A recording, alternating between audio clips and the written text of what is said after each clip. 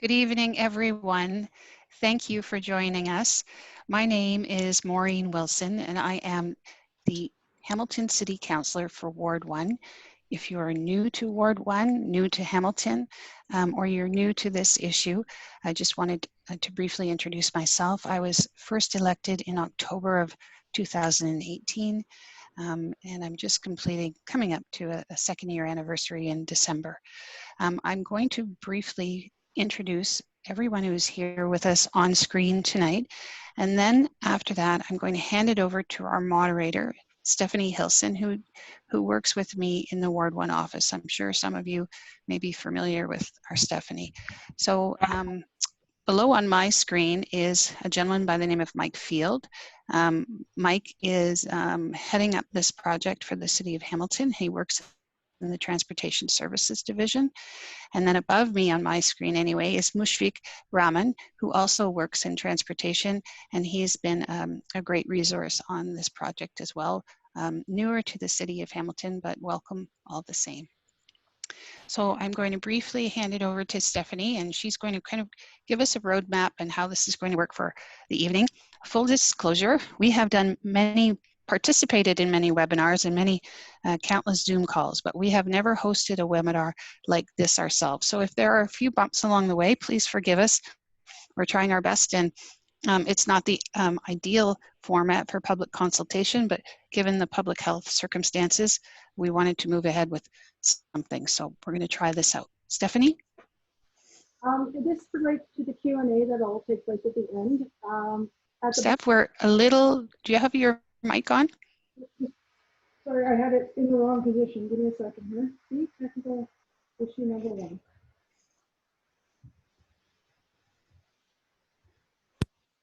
So there is a Q&A screen. We'll deal with the Q&A at the end. At the bottom of your screen, you'll see a thing that says Q&A. You'll be able to type your questions in. And there's a thing called leveling it up. And in order to bring questions that people have the same interest in, if you click on the thumbs up, that will raise the question to the top. So those questions that have the most interest will get raised to the top that way. And then we'll move, when we move to the Q&A, we'll start at the top of that and move down. And anything we don't get to, we will address on the website at a later date. So that's generally it. I'm also recording this and trying to get it right now to live stream through YouTube. So back to you. Thank you very much, Stephanie. So welcome, everyone. An hour goes by really quickly, so I think you're going to get the most value out of this evening if I talk less and I hand it over to Mike. But I would like to just give a very brief background to this. Again, if you're new to the city or new to the issue, the conversion of Queen from 1 to 2A it goes back quite some time, as far back as 2012, in which Hamilton City Council approved the formation of almost like a grassroots environmental assessment. And then from there, a group of residents from the neighborhood, both in Wards 1 and Ward 2, got together and walked from what I call tip to toe, from Queen and Aberdeen all the way down to the northern point of Queen, and they did it block by block. They did it in partnership with the Hamilton City Councillors, with staff, with their neighbors, and they talked, they assessed, and they concluded, given their concerns with safety and livability, that they would like a conversion. And that walkabout happened in the summer of 2013. In March of 2017, an engineering firm submitted its report to Hamilton City Council, because previously Council had said, right, let's move ahead and talk and study the feasibility of going forward with a conversion, and the report was submitted. And then in November of 2017, Hamilton City Council passed a motion to full steam ahead with the conversion. That motion went as far as a conversion from Queen and Aberdeen to Maine and Queen. And the reason it only went to Maine was, at the time, there was a lot of uncertainty still about LRT and some design aspects. So when I was elected, and shortly thereafter, I had some discussions about whether we could move the conversion to Queen, as far as King, and that was approved. I got a motion written, and my colleague from Ward 2, Jason Farr, was able to submit it on both of our behalfs at Public Works. So that has been approved from Council in March, I think, of 2019. I began public consultation on this with a public meeting down at City Hall in February. There were meetings that also preceded that. So we've had many discussions. One final framing issue for everyone. I know many folks have lived through the reconstruction of Locke last season and the last 2 seasons. This is not like a Locke Street reconstruction. This is a moving public works project, and Mike and Mushfiq will describe that in that they'll do one section at a time, and there will always be mobility enabled, and we'll be able to illustrate that. So if you're a little trepidatious of the whole street being shut down at one time, that is not going to be the case. In terms of what this project involves, the council direction and approval and the funding is from a curb to a curb. So it's not a reconstruction project. It is a conversion project within the existing road boundaries of Queen Street. So that's enough for me until the Q&A. I would like to hand it over to Mike and Mushfiq, and they're going to go through the project stage by stage so that we can all work our way through it with the visuals, and then we'll open it up to Q&A. Thank you very much again for coming with it, or being here with us tonight. Super, can you hear me okay? Yes. All right, and then I have I'm just gonna shut my video off to make sure that this doesn't hang up when I'm doing the presentation here. Just bear with me one second.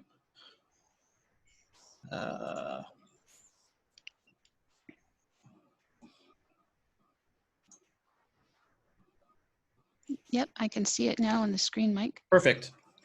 So I put together a slide deck for everyone, kind of walk through the project here. Just want to start off with an introduction. I'm Mike Field. I'm the manager of transportation operations at the city in the Public Works Department. And then I have Mushfiq Rahman with me as well. He's the senior project manager of transportation engineering. It's a subsection on my team, and Mushfiq is responsible for all of the design of new traffic projects across the city. So I'll kind of, I'm gonna do most of the speaking, but I'm gonna ask Mushfiq to jump in when he thinks that I've missed something, or if he wants to add some information to what I'm saying. Obviously, we're here to talk about Queen Street South two-way conversion. I want to bring your attention to just on the bottom in the center, the city's website, which is hamilton.ca/Queen conversion. We have a web story map that's on the website that gives a lot of information about the project. And I'm going to be basically following the format of that web story today and stealing some content from it as well. So if you recognize, if you've already seen this thing and you recognize the order, I'm really leveraging that web story. If you haven't seen it yet, I would recommend that you go and take a look at it. It's also going to be a living website, so as the project kind of moves along, we're going to be updating or putting updates on that website as well. It's not just going to stay static to where it is today. The project's broken down into 2 phases, and I'm going to go into a bit more detail about this, but phase 1 is between Main Street West and Aberdeen Avenue. And then phase 2 is between Main Street West and King Street West. But I have it a little bit extended because we are also installing a new signal at Napier and Queen, and that's going to be done as part of phase 2. The schedule of the project is like I said, in the 2 phases, but phase 1, we've broken it into 4 stages. And then we are going to kind of provide some context as the project moves along based on the progress of each stage. We have some general timelines of how long each stage is going to take, but we're starting construction officially on June 8th, which is next Monday. And then the project's going to be completed in November And of course, just like every other construction project we undertake, there's lots of variables on it, weather and things that we may discover that we didn't know about, those sorts of things. So these dates are they can be subject to change. However, we have some confidence that we're going to be able to follow this kind of approach here. Just in phase 2, if you want to see that it's Main Street West to Market Street, that's the extent of the two-way conversion. And then as in addition, there's Queen Street at Napier, that new signalized intersection that I mentioned. I'm going to go through and focus on the most, I guess, complicated changes to the project. And it's really focusing on the signalized intersections. We are modifying 5 existing signalized intersections. They're on the list there. I'm going to go through one by one. And we're adding 3 new signals, part of this project too, inclusive of the one on Napier. Of course, we have pavement markings and signage that's needed to make the conversion from one-way to two-way between King Street and Aberdeen Avenue. The project, since we council approved the Vision Zero action plan, and before that as well, all of the principles of Vision Zero are applied to our design projects, and we carefully review all of the designs through a Vision Zero lens. I've got some information up on the screen, and if you want to know more information about the city's Vision Zero action plan or Vision Zero in general, you can go to the city's website, and there's a link for Vision Zero. The reason why we're applying those things, obviously, we want to try and reduce the number of collisions that occur and get rid of all fatalities, but it's to, on Queen Street itself, to reduce the speeds and the overall collisions and make the area more safe and efficient for the movement of all users, but particularly pedestrians and cyclists on it. Of course, all of the intersections have to account for AODA, accessibility for Ontarians with disability standards, and I'll get into some of those elements as we go through each intersection as well. I'm going to be using the construction drawings to walk everyone through the project, and I'll refer back to the website, that Queen Conversion website. All of the construction drawings are available through a link on there. And this is just a shot of the front page of the construction set. As Councillor Wilson kind of mentioned, what will construction look like on Queen Street? It will not look like this. This is a picture of Locke Street. And Locke Street was kind of a full reconstruction from property line to property line, where the whole road was torn up and all sidewalks. Queen's not going to be like this at all. Queen is mostly just kind of regimented to the intersections that I mentioned. And there are some minor roadworks. There's a resurfacing of Hunter and Queen. And the other roadworks is happening at Herkimer and Queen, where we're doing a reconstruction, removing the center island. But otherwise, the road's not going to be torn up. And construction's really, visible construction is only going to really happen at those signalized intersections, those 8 intersections that I mentioned. So that leads to this question: what will access look like during the project? And traffic will flow, for the most part, to this through Queen Street. There's going to be some minor road restrictions, some lane closures to help us build those intersections. There will be a partial closure or a full closure of Hunter Street and Queen when we resurface that intersection, but it'll be relatively short term. And then there's a longer closure that's going to happen sometime in, I guess, late August, early September at Herkimer Street. And I'm going to show you the staging of that closure, because we have to close the road to reconstruct that intersection, mostly because we're taking out that existing center island. But we will, bicycles still on the road, pedestrians still using it, and vehicles for sure too. But I guess the message that we have as a city is that if you're going to be using Queen Street to travel on when the construction is going, expect some delays due to the construction. I'm going to start at King Street, and then I'm going to work my way towards Aberdeen. And these are the construction drawings. I apologize that construction drawings sometimes aren't the easiest thing to look at in the world, but I'll try my best to walk everyone through those drawings. And I'm going to highlight on these drawings kind of the key changes for each intersection. provide kind of a breakdown of all the activities that are happening. So for Queen Street West and all the intersections, obviously it's a two-way conversion. So the first thing is that the traffic is going to be changed so that you're going to have northbound and southbound traffic. So I'm not going to mention that for every intersection. That's just assumed because it's a conversion. The traffic lanes on the north side of this intersection are going to be reduced from 3 lanes to 2 lanes. And the east curbside lane on Queen Street North between King and Market will be converted to parking. That's this section here. The existing traffic lanes on the south side of the intersection will be changed from three southbound lanes to 2 southbound lanes and a single northbound lane. I think everyone can see my cursor. That's down in this area. Then all parking on that side of Queen Street between King and George will be removed to allow for that new lane configuration. The crosswalk on the west side of Queen Street is going to be removed. And I can elaborate on that a little bit, and maybe Mushfiq, if you feel the need, you can help me with this as well. But Vision Zero Principles is kind of built upon the fact that people make mistakes, whether you're a driver or a pedestrian or a cyclist. You're going to make mistakes, and design of road reconstruction should take into account for those mistakes, so that when mistakes are made, they don't result in serious injuries or fatalities. And in this case, because we still have a lot of vehicle movement southbound on Queen Street and then turning west onto King Street, there's a lot of potential conflicts between vehicles and pedestrians had we have maintained that crossing. So in the name of trying to remove the conflict between pedestrians and vehicles, we have chosen to remove that crossing there to kind of deal with that that whole thing of drivers and pedestrians coming in conflict and making mistakes. A driver not seeing a pedestrian in that intersection because the amount of turning that's going to happen there. The radius of that corner, I've seen some comments too in the northwest corner, is large radius because Queen Street is still a truck route, and we have to maintain that radius to allow those trucks to turn safely and maintain their lane when they're making that turn.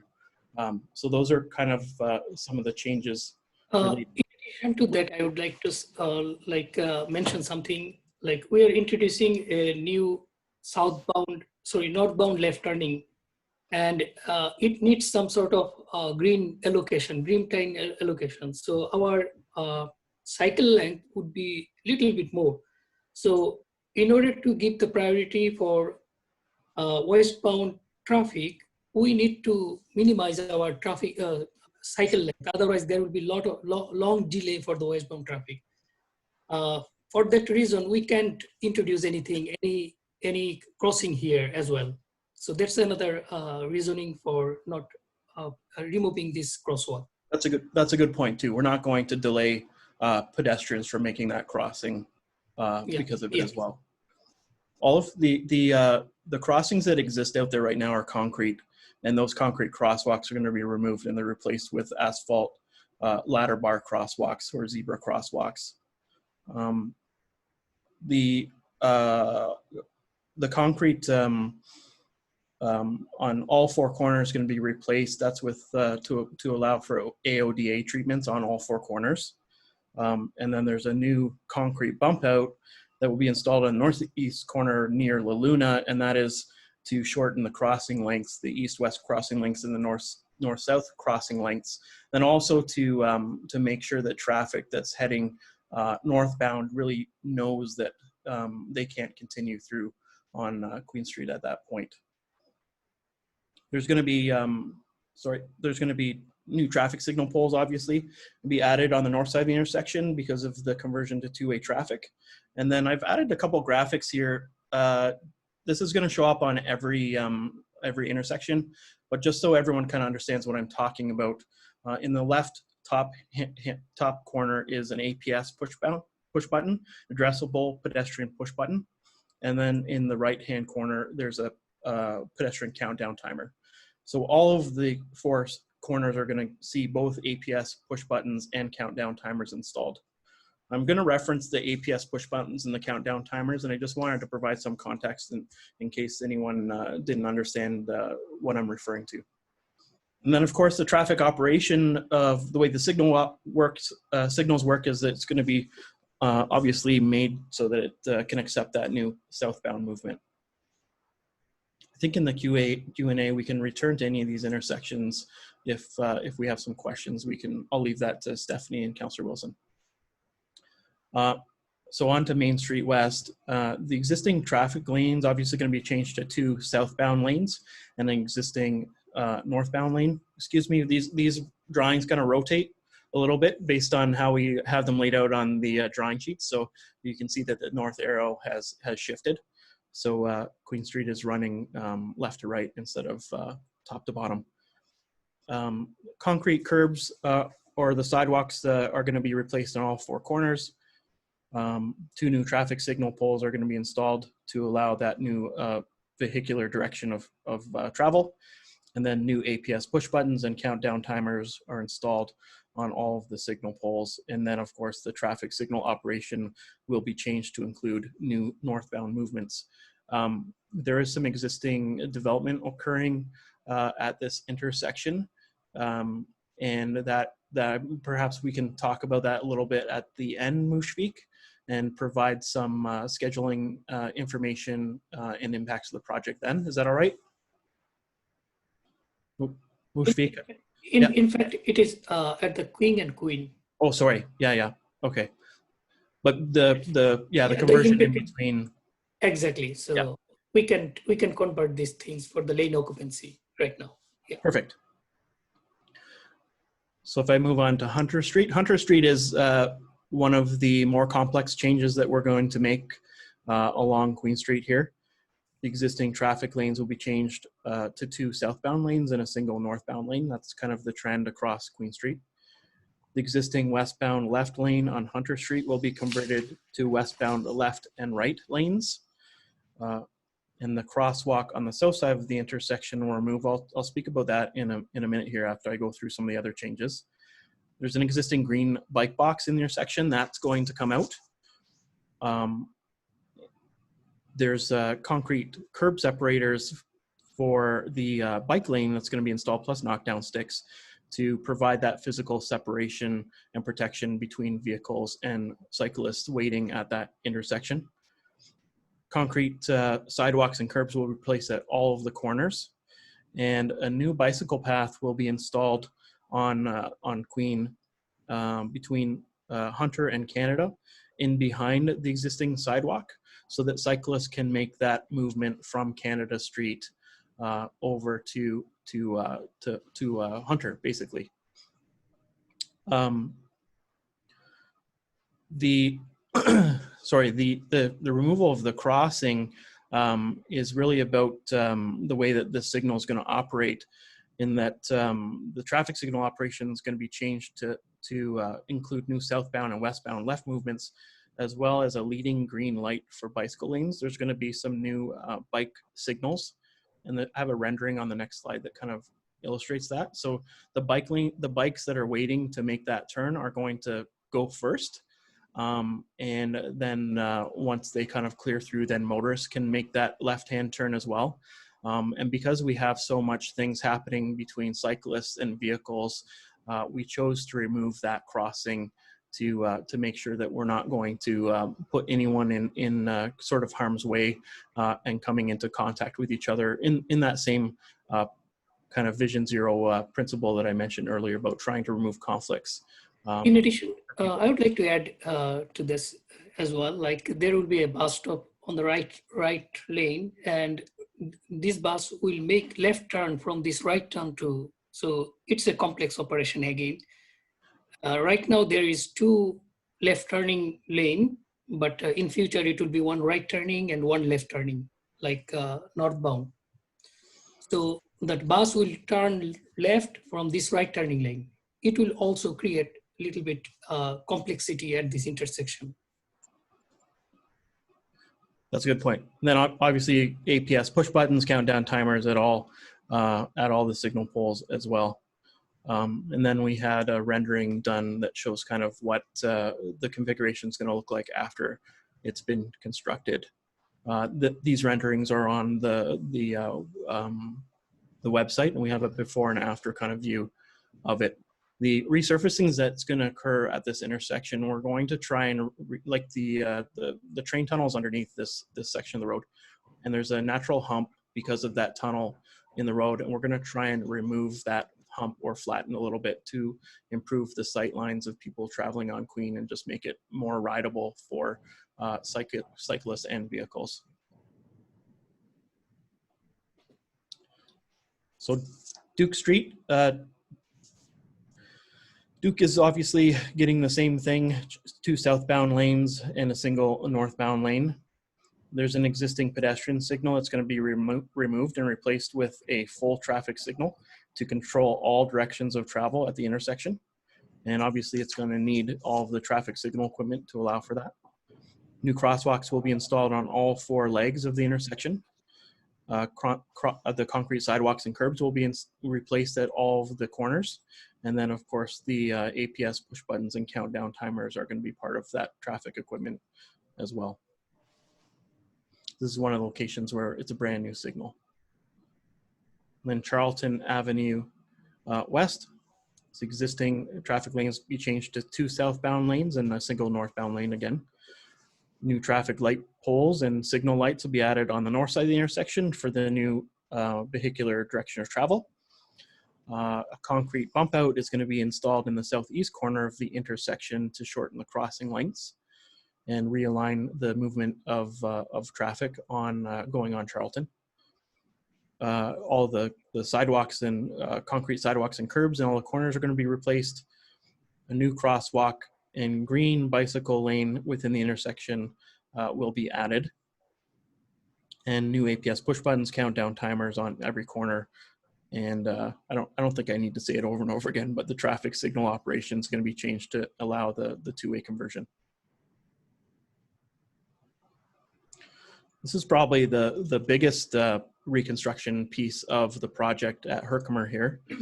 Again, the existing traffic lanes are changed to 2 southbound lanes and a single northbound lane through the intersection. The existing pedestrian crossovers and crosswalks will be removed. This is the intersection that has the center island right now and has some PXO equipment, some pedestrian crossover equipment. So that's all coming out, obviously. The brand new traffic signal is going to go in place of the old kind of PXO equipment. This is going to be a fully signalized intersection. New traffic poles and traffic signals be installed in all 4 corners of the intersection. And then we're going to add some extra displays, some extra traffic signals for the northbound and southbound and eastbound movements so that because of the configuration offset of this intersection, so that we can make sure that those motorists and road users can see those signals.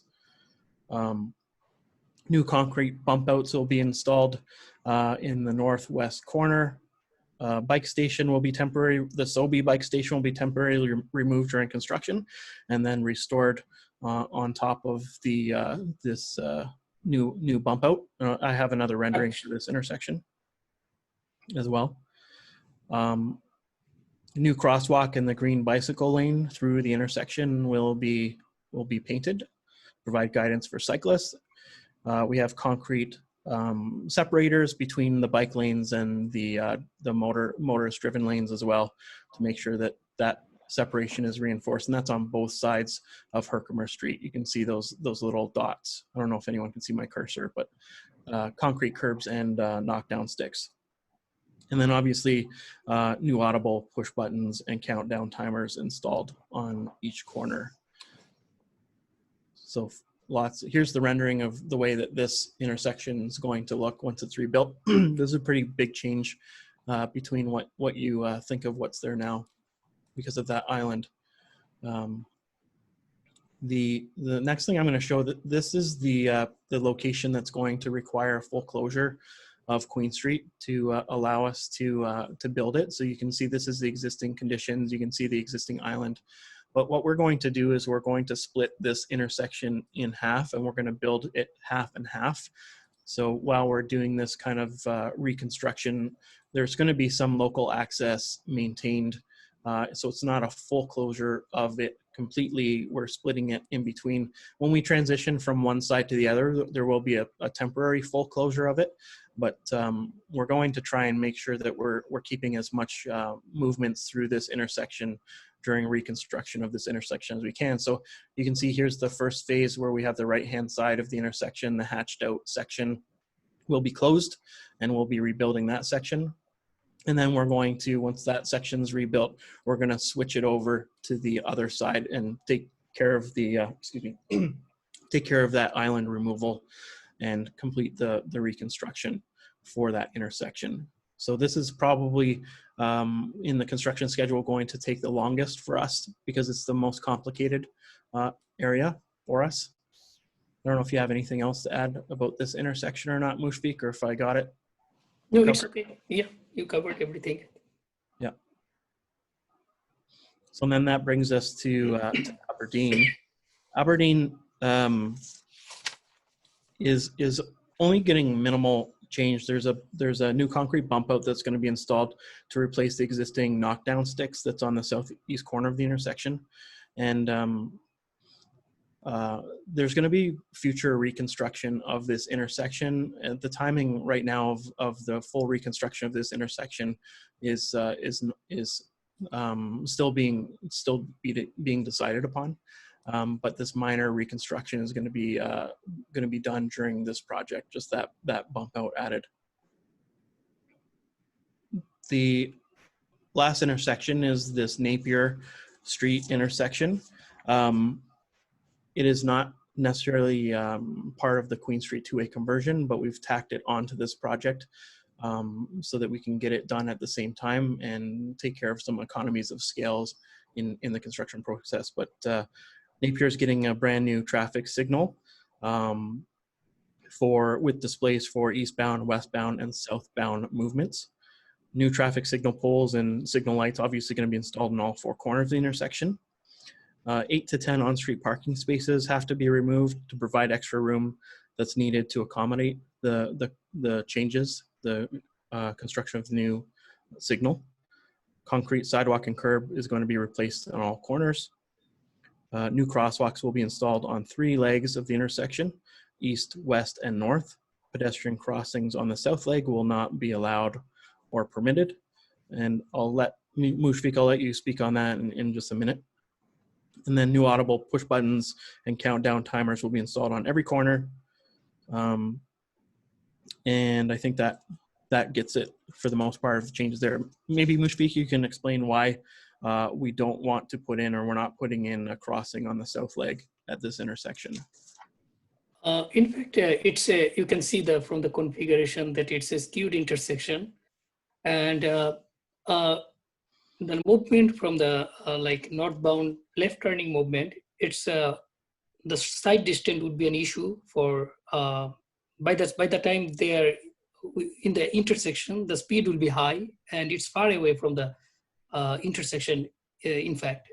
And if we provide a skewed crosswalk, the crossing length will be too long, and it will be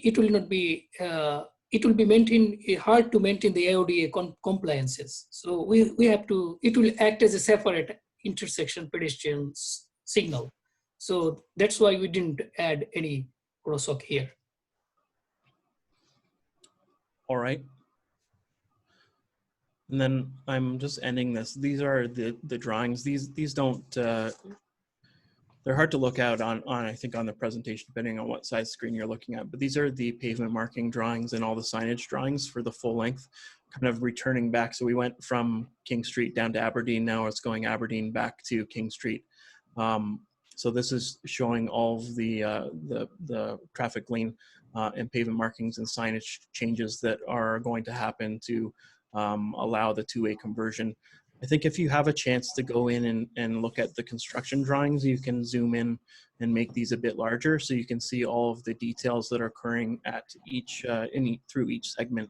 So the top segment's Aberdeen to Herkimer, and then the bottom is Herkimer to Duke, and then Bold to Main Street West, and then at the very bottom we have Main Street West to Market Street. So that kind of concludes the review of the entire construction project. Thank you for, I guess, listening to me drone on about it. I hope that it was clear enough as far as what the changes are. I know there's probably a lot of questions related to some certain aspects of the project or things that you needed more clarity on or what have you, but hopefully you got some perspective as to what's happening. Again, I want to point you to the city's website, hamilton.ca/Queen Conversion, because there's a lot of information on there, and you can kind of take your time and walk yourself through that project with some written descriptions, and then with the renderings and with the construction drawings themselves as well.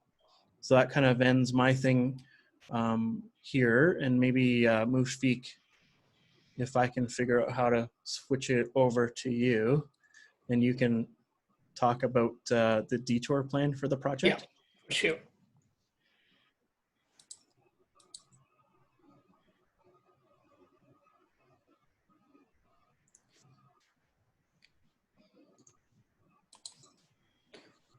Okay.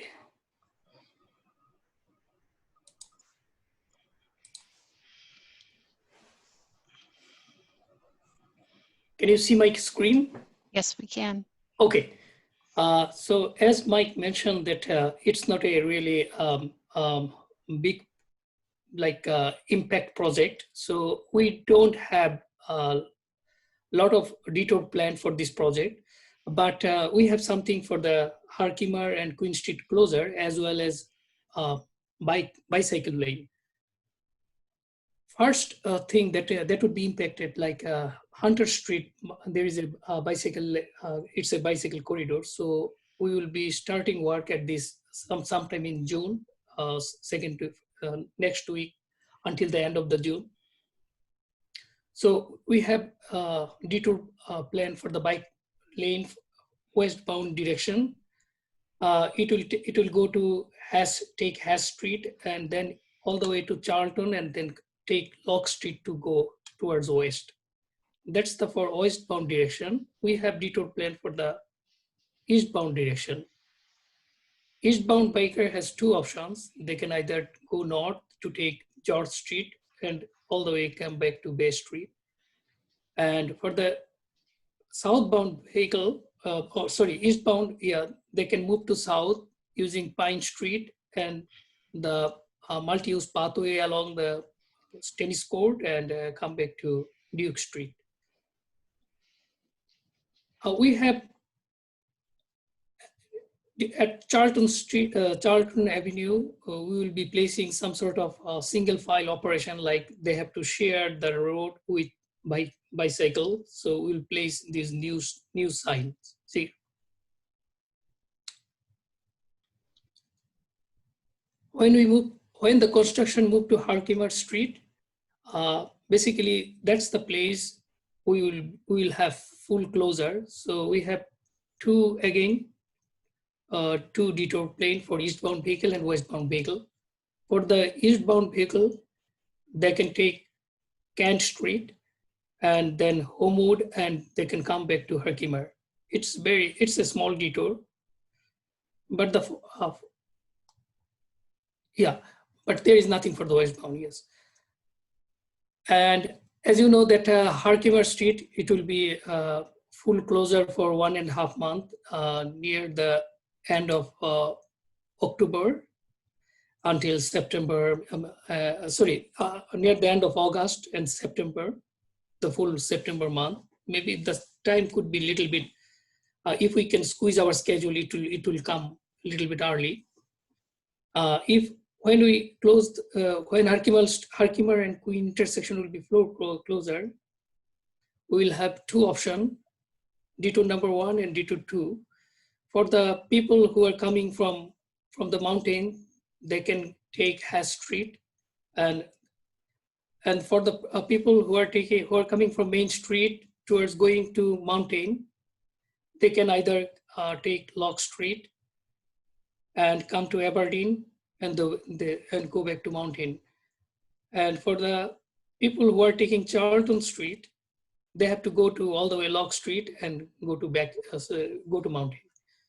So from York Boulevard or north of Main Street, they will have option to take different alternative routes. We will put signs along where your boulevard and King and Main. So that's our plan for the vehicular traffic. So hopefully maybe we'll not have maybe a big impact for those things. It will be, we'll try to shorten our time as much as possible. I'm giving it back to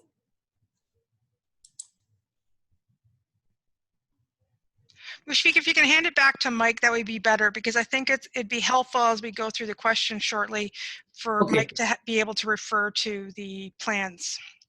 Yep. Thank you.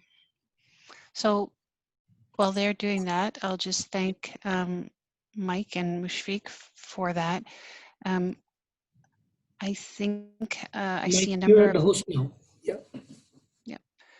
I think I see a number of, if I'm looking at the icons correctly, a number of questions, Stephanie, and some chat. I did respond to one chat, and then I was paying attention to the presentation after that. So what we're going to do right now is Stephanie is going to, she's busy accumulating similar questions and collating them together. And so we'll answer those. If they're technical in nature, of course, Mike and Musfiq will answer them, and otherwise I will take them. Just for everyone's information, I think Stephanie noted at the top that we are recording this. So if one of your neighbors missed it, or if you'd like to watch it again and listen for something very specific, we'll have that available. We will also be putting together a quick FAQ for the questions that seem to be rising to the top in terms of frequency, and we'll have that available on the Ward 1 website, which is maureenwilson.ca. Okay, so is Stephanie, may I hand it over to you as the moderator right now? Thank you. Yeah. Actually, the first question, Maureen, might be useful because you sit on the truck route committee. It says, does Queen Street need to remain a truck route?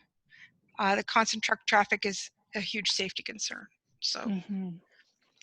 So I do sit on the truck route subcommittee. It's a committee of council. It has met only twice. The last truck route review was done in 2010, I believe. And this is one of the tensions of city building and planning and development, in that there's no perfect time to move. So that work is ongoing. I'm not quite sure when it's set to conclude. So we're proceeding, as I mentioned at the top. This project has been discussed since 2012, council direction and the parameters of the project defined in 2017. And so we're moving ahead with what we know right now. So in short, I don't know the answer to that. Thank you, Steph. All right. This relates also why does this conversion not go all the way north to Barton? Why have we stopped at King? The motion that council provided in 2017 and the budget that was provided to support that direction had it only going to Maine and possibly to King once the LRT file was figured out. As I mentioned at the top, so that permission was there to King. The timing of it was still unknown. And so we were able to get clarity that we could go ahead and move it to King, and it wouldn't obstruct any of the LRT work. And that's the permission that was given. And that is the way that council works. You have to have the direction of council. It comes in the form of a motion, it's supported, and then through a budget deliberation, the money has to be set aside. So there was no permission and no permission thus far to extend it beyond that. It doesn't mean it won't. It's just in terms of the parameters of this project, that's what the permission was for. Okay, this this relates to Vision Zero, and it's been asked both previously in questions that were submitted previously and tonight. How is Vision Zero principles put into place, particularly around the King and Herkimer west side crossing? Is there not another way to control the things there to make it safer to allow a four-way crossing by using timed lights or some other things? Can you, so it's just going back, Mike, to that corner. If you can really deal into why from Herkimer, no, Herkimer and Queen. it's sorry, King and Queen. Oh, King and Queen. King and Queen. And if you could really kind of delve into why, from a Vision Zero perspective, you guys still based on principles of safety, made the decision to do this kind of corner. Could you put the rendering up? Is that possible? Till we I know what? believe it is. Oh, beg your pardon. Yes. Oh, Yeah. So I'll let Mushfiq answer it as the engineer for this, and maybe you can speak to King and Queen first, and then we can move over to, it was Hunter was the other location, right? Mhm. okay. So one of the Vision Zero principle is that we have to manage like the fatality. That's the main thing. Like we can design our things that will reduce the accident and fatality. That's the Vision Zero principle. So at this intersection, there are several things. Like one of the main question here is that if we put dedicated like advanced timing for the pedestrian crossing, it will impact the whole operation of this intersection, because there are a lot of traffic, westbound traffic, and the impact will be huge to the delay for those traffics. In addition to that, it's a truck road. There will be delay to the trucks southbound, and we are introducing the northbound left turn. So altogether, our signal time will be, cycle length will be high, like it could be even 140 seconds. That will create a huge queue here. So at the end, the result will be people will be very annoyed, and they will take some of the chances and drive, and pedestrian will be in danger if we allow those kind of operation. So that's why we think that if we can remove this crosswalk, it will reduce the fatality, ultimately less collision. But we understand there would be some disadvantage for the people. But this is the only solution to Vision Zero. Yeah, I think maybe Mushfiq, you can just acknowledge, like on an ideal situation, we do want to have crossings in all four legs of the intersection, and we put a lot of thought towards when we want to, or when we should remove them, or have removed them. So we just don't make a rash decision on removing those types of crossings. There's a lot of engineering and a lot of thought that goes in behind it. So, and there's a lot of, from a network perspective, the way that the traffic network operates, not only for vehicles, but also for cyclists and pedestrians. All of those factors are kind of considered, and what Mushfiq was kind of mentioning was that there's a lot of volume and a lot of things happening at this intersection. And to ensure that the vehicles are moving efficiently and we're not jamming up a lot of intersections, and that pedestrians don't have to wait for a really long time for their crossings to come up either, that the decision was made to remove that one crossing. All right. Stephanie, what was the other, sorry, the other location was? The other one, well, Hunter. Quite frankly, there's on the south side at Hunter. Yeah, and then there's Herkimer. So the question is, you've got two intersections that only two intersections along here that have 4 crossings. All the rest have 3 crossings. So again, from the Vision Zero principle, why have you done that? Why have you done it now at Hunter? Why have you, what are the conflicts that get created? Why is that happening at Herkimer? Sure. Go ahead, Mushfiq. Okay, so maybe during the presentation, Mike has already mentioned that what are the maybe new addition here. So one of the things, like we are introducing eastbound dedicated bike lane here, and there will be an advanced bike signal for these things, like for 10 seconds or more than that. In addition to that, there is a 2 left turning lane right now, and we are reducing to 1 left turning lane.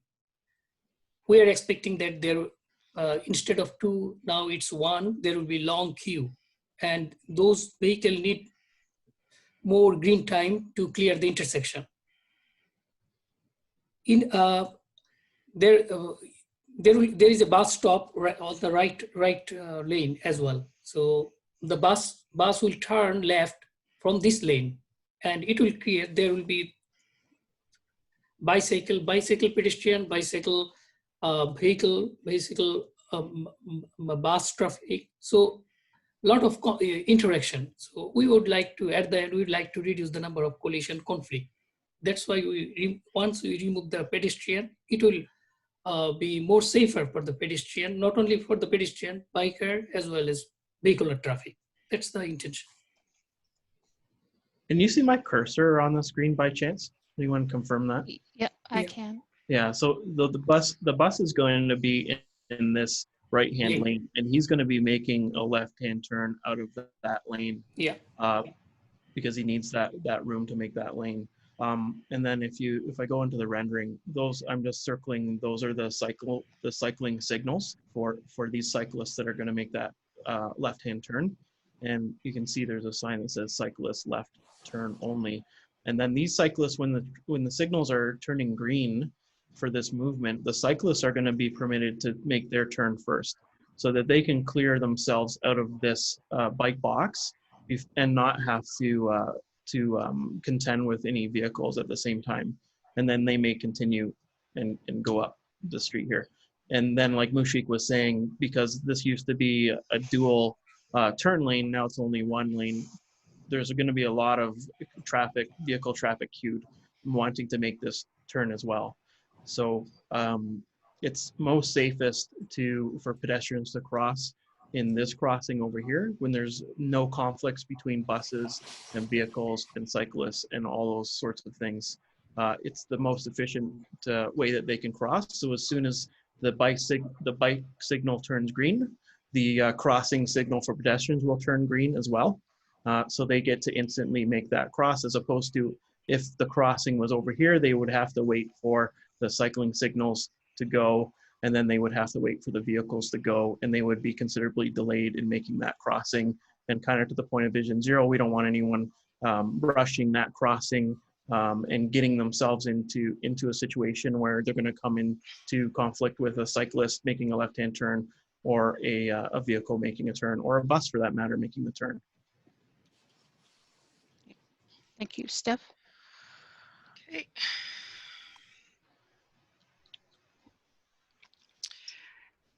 Is it correct that westbound Charlton traffic will not be permitted to turn right to head northbound on Queen? What is the point of a two-way conversion if turns onto it are not permitted? Just maybe flip to the pavement marking drawings. Move speak. Charlton. Charlton, right? Charlton. Okay, I have to look at this, please. Just 1 minute. Can you repeat that question again, if you don't mind? Is it correct that westbound Charlton traffic will not be permitted to turn right to head northbound on Queen? What is the point of a two-way conversion if turns onto it are not permitted?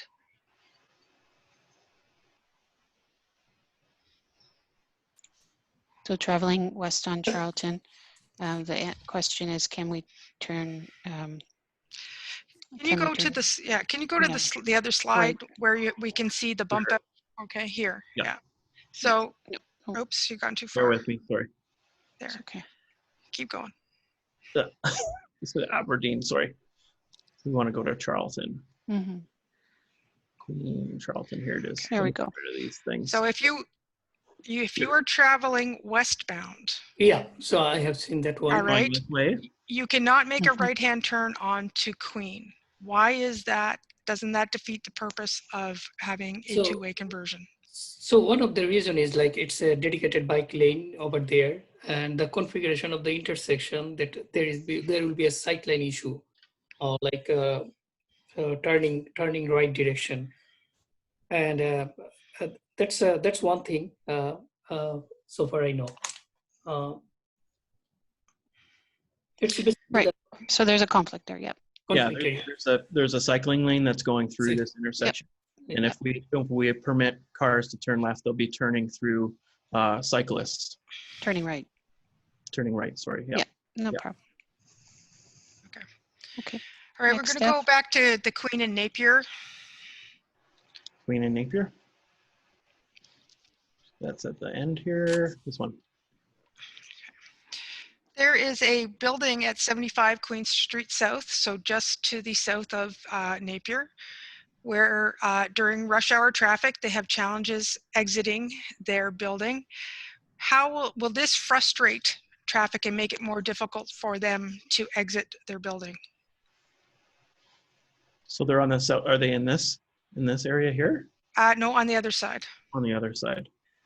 Okay. Or on this side. of They're on the street. west. They're on the west side, the southwest side. So I think you might want to speak to how this signaling works. That it's not constant signaling. That it's tripped by. So sure. Go ahead, Mushfiq. Yeah, so when there will be like red lights, so for sure traffic will stop there, and they can have to find a gap between the traffic. So that's my understanding. That's the usual way that works when there is a abutting property near to the signal. So right now there is no northbound movement, but they are making their turn if it is, although it's not a signalized intersection right now. But it will not be different. Like they will get more time when there will be a red light, there will be stop. So people have to find gaps, and I don't think so that during off peak it will not be a problem, but during rush hour there could be delay, and it's the pain they have to take. Dr. Hayter just pointed out that the 75 Queen, the glass residential is at the northwest corner. So right at the very top, Okay, no. right. Yeah. Mm-hmm. Yeah. The timing preference is to traffic on Queen Street. That's correct, Mushfiq? So Yeah. the signal operation is Queen Street, and then Napier as a secondary trigger for the operation of the signal? Side street. Yeah. And there's detection on the side street? Side street. Right. So it will rest in green for Queen, and then we'll switch to green for Napier when there's cars triggering the detection. Is that correct? Yeah. Okay, So- so that was a lot of explanation, and I was wondering if you could summarize it again. So we're in the top right-hand corner of the page where 75 Queen is. Yeah. Nope, the other corner. Yep, this one. Yep. And the concern is trying to get out of From the driveway. building. Yep. So how, just to answer that concern again in summary right at the end. So it's perhaps this driveway right here that they're trying to exit from. So I guess the answer is that the preference to the green operation of the traffic signal here will be given to Queen Street. So it will be in green for most of the time. And it will only turn red when it's being triggered by a vehicle that needs to use the side street on Napier. So in the instances that it is turning red, it will just be red for the time period where those vehicles are making their movement through the intersection or turning, and then it'll go back to green. So there might be some minor queuing that occurs in front of that driveway, but it would be short duration. Shorter. Okay, thank you. That's a good summary. Steph, we're closing in on the hour, but Okay. are there any other questions? And we're doing the ones that are coming to the top. It relates to Charlton. How will the sharp corner be handled? But I believe you've demonstrated that you've put in the bump out, so that narrows it between it. It makes it more challenging. You can't take it at the same speed you do now. Yep. Will speed be lowered to 30 kilometers per hour? At the moment, there's no speed limit change proposed to 30 kilometers an hour. So again, kind of what Councillor Wilson was mentioning about the extension of the project to Barton Street, that sort of thing would come through a motion as well. Or if there's some reason. What I should mention though is Council has directed us to make this conversion happen and then study the operation of the Queen Street Post 2A conversion, and then report back on our observations on is it working, are there improvements that should be made, or what have you. So that's kind of an important piece to this whole story, is that once we convert it, we're not just walking away, we're going to study it and say, did all of the things that we wanted to do happen? Did we achieve all of the objectives and the goals that we wanted for this project? And if the answer is no, or we could have done something differently, then we would revisit those things post-construction and make adjustments where we thought that it was needed. As every good policy and public works exercise should do, you're doing it. So that's good to hear. So we had about 41 questions. We'll take those back and we'll write out a written response to those questions. We'll put them on the website, but I'll speak with Mike and Mushfiq over the next few business days to get those answers correct, and then they'll put them there. Yep. So we're committing to answering all the questions, all the different questions. They will be at maureenwilson.ca. And if you have questions on an ongoing basis, this isn't your only opportunity. You can always email us and we'll endeavor to get the questions for you. It doesn't just end tonight. So please, it's ward1@hamilton.ca. Ward1, the number 1, at hamilton.ca. So look to the website for the FAQs, and all the questions that didn't get answered will certainly get answered.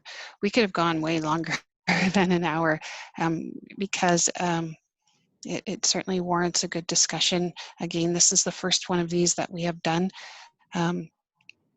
We were worried that we wouldn't have enough material, but as I said, it just goes by like that. So thank you everyone who came out and gave us your questions and listened in.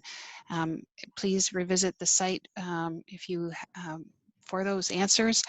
And of course, email us anytime or call us at 905-546-2416.